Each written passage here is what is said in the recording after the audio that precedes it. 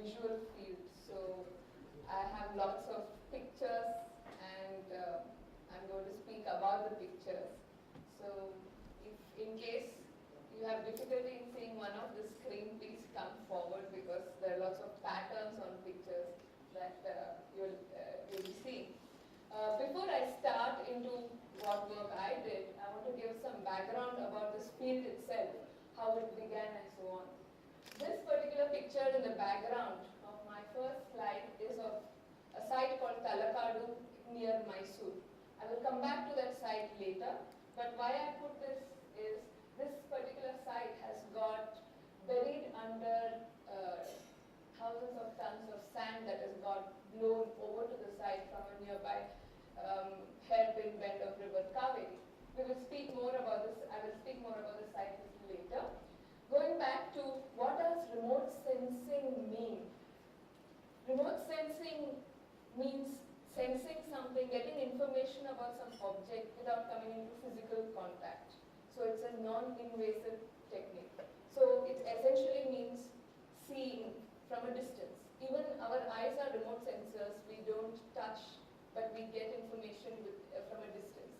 Similarly, when we can produce eyes like cameras, specialized camera, and put it at different heights and take pictures, which gives a better perspective and so on. So here I have basically used images taken from cameras in space. So archaeology means study of ancient things. Archeo is ancient things, and logy is study of ancient things.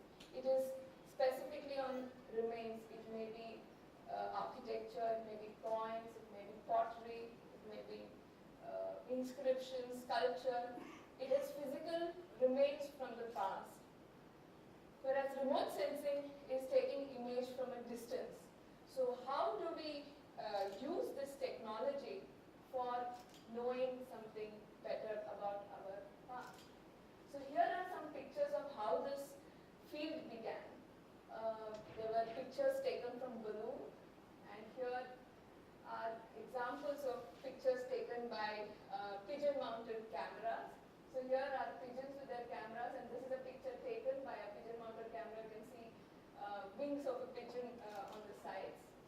Then there are pictures taken from aircrafts. Here you can see how pilot is bending over very dangerously and taking pictures.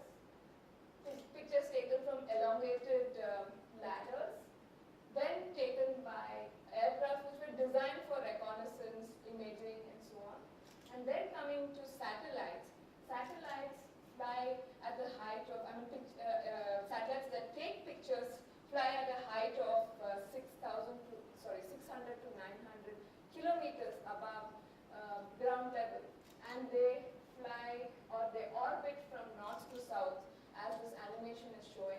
And Earth is rotating under it. And that's why every orbit the satellite takes picture of a different strip. And therefore you can continuously take pictures. It is once you launch a satellite, you don't have more expenses. So it is continuously taking pictures, and it is being archived, and we can access these pictures and study. So now as we go from taking ground pictures to pictures from balloon to aeroplane and to satellite, we are able to see larger and larger areas. For instance, from top of a lighthouse, it covers certain area. From a balloon, it covers a larger area. From aircraft and then from spacecraft, you cover more and more area. Why adopt remote sensing for archaeology? Now, this is a list which will keep coming up in my presentation, and more and more bullet points get added to it. But not continuously, it will keep coming in between. So inaccessibility. There are sites that are inaccessible. It may be because it's in an enemy territory, or it may be because it's under thick forest. It may be because it's in the middle of ocean. It may be because it's a height of mountains. Still, satellites can reach them. So we are not constrained by inaccessibility. Synoptic view. Synoptic view is an overall view. For instance, here are two pictures. There are some pattern on ground. For instance, in this picture you can see some pattern on ground. In this picture you When you see from air, you see its total pattern. This is a picture of white horse in UK, and this is a picture of insect figurines in Peru.